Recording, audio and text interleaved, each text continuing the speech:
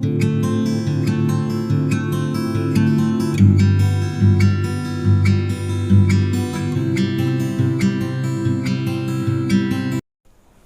साथियों, स्वागत है आपका।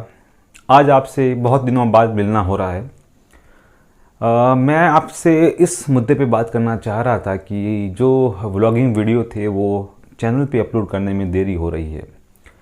तो मैंने सोचा कि आज आपसे थोड़ी सी बात कर लेता हूँ कुछ मुद्दों पर, और इस बात को भी आपको बता दूँ कि क्या कारण था कि मैं समय पे जो है वो व्लॉग अपलोड नहीं कर पा रहा हूँ। तो साथियों, क्या होता है कभी कभी कि हमारे जीवन में इतने सारे काम एक साथ में आ जाते हैं कि हमें सब कामों को मैनेज करके चलना पड़ता है।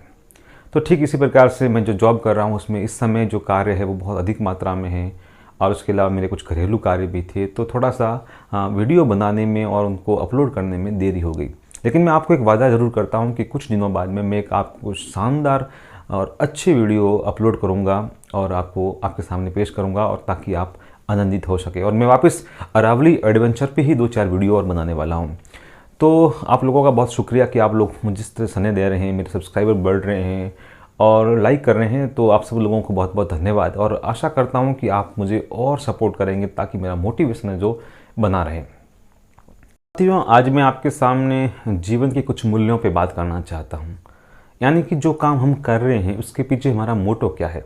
देखिए, हमारे जीवन के हर हिस्से के अलग अलग काम हैं। आप ऐसे कह सकते हैं कि हम अपनी जीविका चलाने के लिए अलग काम करते हैं, हम रिश्ते निभाने के लिए कुछ काम करते हैं, और कुछ काम ऐसे होते हैं जो हम खुद के लिए करते हैं, खुद की अंतरात्मा की चेतना के लिए। आप ये कहें कि अंदर की खुशी के लिए हम काम करते हैं।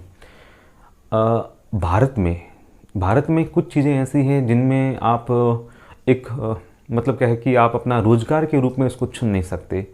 तो जैसा कि आप लेखन, भारत में लेखन को जो दर्जा दिया गया है वो इतना उत्कृष्ट नहीं है कि आप अपनी जीविका लेखन के माध्यम से चला पाएँ। ठीक उसी प्रकार से अपने विचारों को प्रकट करने के लिए ब्लॉगिंग है, व्लॉगिंग है, और बहुत सारी ऐसी चीज़ें हैं जिनको करके आप अपनी जीविका नहीं चला पाते। तो उसके लिए हम एक जीविका के लिए एक अलग स्रोत ढूंढते हैं और हम एक कार्य करते हैं। उसके अलावा ऐसे बहुत सारे काम होते हैं जो हमारे घरेलू कार्य वगैरह, उनको भी हमें संपादित करना पड़ता है। लेकिन सबसे ज़रूरी चीज़ आती है हम वो काम करें जो हम अंदर से खुशी दें। तो मैं जो व्लॉगिंग करता हूँ, मेरा सबसे महन जो उद्देश्य है, जो मुख्य मेरा एम है, वो है कि मुझे अंदर से खुशी मिलती है ऐसा करने से। आप भले ये कह सकते हैं कि ये क्रिएटिव माइंड का काम है, तो मैं मानता हूँ कि मेरे पास क्रिएटिव माइंड थोड़ा सा है कि मैं कुछ ऐसी चीज़ें कर सकता हूँ जो मुझे अंदर से प्रोत्साहित करती हैं, या कुछ यूनिक करने की बात सोचते, मतलब मेरा दिमाग ये सोच पाता है कि मैं कुछ अलग करूँ। मैं कविताएं लिखता हूँ, मैं कहानियाँ भी लिखता हूँ। वैसे कहानियाँ मेरी कोई छपी तो नहीं है, लेकिन मेरी कविताएं बहुत सारी दैनिक भास्कर वगैरह अखबारों में भी छपी है, और बहुत जगह पर वेबसाइटों वगैरह पर भी कहानियाँ लिखता हूँ, और सोशल प्लेटफॉर्म जो हैं उन पे भी मैं अपनी कहानियाँ लिखता हूँ, कविताएं लिखता हूँ। तो मेरा मानना है कि हमें वो काम करना चाहिए ताकि हम कुछ समय अपने लिए बचा के रख सकें और अपने लिए कर सकें कि हाँ, हमें इस काम में आनंद आ रहा है। कुछ काम तो हमें रोज़गार के लिए करने पड़ते हैं, वो एक अलग मैटर है कि हमें वो काम करने ही है, क्योंकि हमें अपनी जीविका को चलाना है। लेकिन दूसरा मुद्दा ये होता है कि हम अपने लिए कोई काम कर रहे हैं तो उसमें जो खुशी मिलती है वो बहुत बड़ी खुशी होती है। हम अंदर से खुश होते हैं कि चलिए हमने कुछ अच्छा काम किया, हमें अच्छा लग रहा है, हमें अच्छा महसूस होता है। तो साथियों, मेरा कहने का उद्देश्य यही था कि हमें अपने जीवन में बहुत सारे काम ऐसे हैं जो हमें करने पड़ते हैं, लेकिन कुछ काम हमें ऐसे भी करने चाहिए जो हमें अंतरात्मा से खुशी दे, महसूस हो कि हम अपने लिए कुछ कर रहे हैं।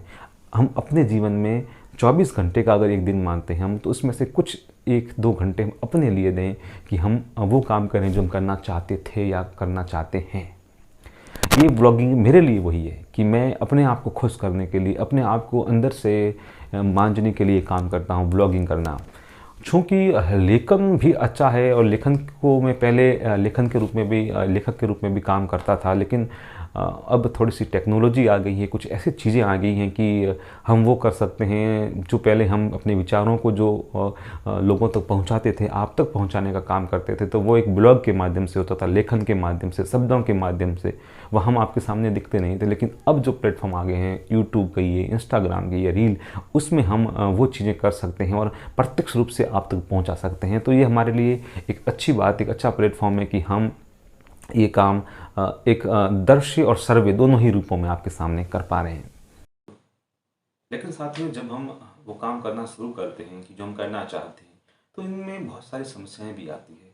मैं केवल अपनी बात नहीं कर रहा हूँ, मैं ब्लॉगिंग की बात नहीं कर रहा हूँ, मैं वो बताना चाह रहा हूँ कि आप जो कुछ करना चाहते हैं, आप जो करना चाहते हैं, तो कुछ समय निकालिए अपने लिए और वो करिए, ताकि आप जब भी आपको मौका मिले, जब भी आपको अपॉर्चुनिटी मिले, तब आप उस काम को पूरे मनोयोग से कर पाएँ। खुद को उस काम में थोड़ा थोड़ा मानते रहिए। तो बात करते हैं कि उनमें समस्याएं क्या आती है। देखिए, सबसे पहली बात तो आती है कि हमें लोगों की कुछ बातों को फेस करना पड़ता है कि हम ये काम क्यों कर रहे हैं, इस काम में क्या रखा है, तुम अपना समय वेस्ट कर रहे हो। ऐसे भी बहुत सारे लोग होते हैं जो आपको नेगेटिव कमेंट आपके ऊपर करते हैं। दूसरे, आपके कुछ मित्र ऐसे भी होंगे जो आपको पॉजिटिव रिव्यू देंगे आपका, या आपको बताएंगे कि आप ठीक कर रहे हैं, आपको इसमें और अच्छा बेहतर करना चाहिए। दोनों रूपों में आपके सामने दोनों बातें आएगी। अब आप पे निर्भर करता है कि आप उन दोनों बातों में से किस बात को एक्सेप्ट करते हैं, किसको चुनते हैं। अगर आप पॉजिटिव बात को लेंगे तो आप उस काम में और ज़्यादा अच्छा कर पाएंगे। अगर आप नेगेटिव की ओर जाएंगे तो आप उसमें धीरे धीरे पिछड़ते जाएंगे। और अगर आप सीधी बात है कि आप नेगेटिव बातों को जब आप एक्सेप्ट कर रहे हैं, इसका मतलब वो आपके अंदर की आत्मा से आप काम नहीं कर रहे थे। या तो आप भावेश में आके वो काम कर रहे थे, या फिर आप देख कर रहे थे कि सब लोग कर रहे हैं तो मैं भी ये काम करूंगा। अगर आप अंदर अंदर अपनी आत्मा से ये काम अगर चुनते, तो फिर निश्चित तौर पर आप उस पर आगे बढ़ते ही, क्योंकि वो आप खुद का काम था। आपको दो लोगों की बातों से कोई इससे प्रभाव नहीं पड़ता। अब इसके अलावा बात आती है कि हमें क्या करना चाहिए, हमें इसे पता कैसे लगाएं कि हम करना क्या चाहते हैं।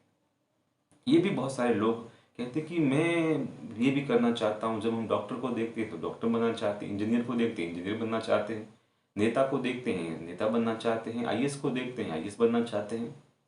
अगर आपके साथ में हो रहा है कि जो जिसको आप देख रहे हैं और आप उसके जैसा बनना चाहते हैं, तो वो आपके अंतरात्मा नहीं है।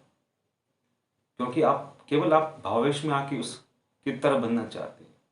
आप जो बनना चाहते हैं, आप जो करना चाहते हैं, वो आपकी अंतरात्मा होनी चाहिए। और वो आपको इसका एक छोटा सा मैं आपको एक तरीका बता रहा हूँ कि आप अगर कोई काम करते हुए आपको खुशी मिल रही है, तो आप उस काम को मान सकते हैं कि वो आपके अंदर का काम है, आपकी अंतरात्मा का काम है। आप उस काम को परफेक्ट रूप से, अच्छे ढंग से उस काम को कर सकते हैं। तो साथियों, उम्मीद करता हूँ मेरी बातें आपको अच्छी लगी होगी, और अच्छी लगी है तो कृपया कर हमें सपोर्ट करें, मेरे चैनल को सब्सक्राइब करें, मेरे वीडियो को शेयर करें और लाइक करें। साथियों, उससे पहले थोड़ी सी ये बात बता दूं कि इस समय मेरा एग्ज़ाम का दौर भी चल रहा है।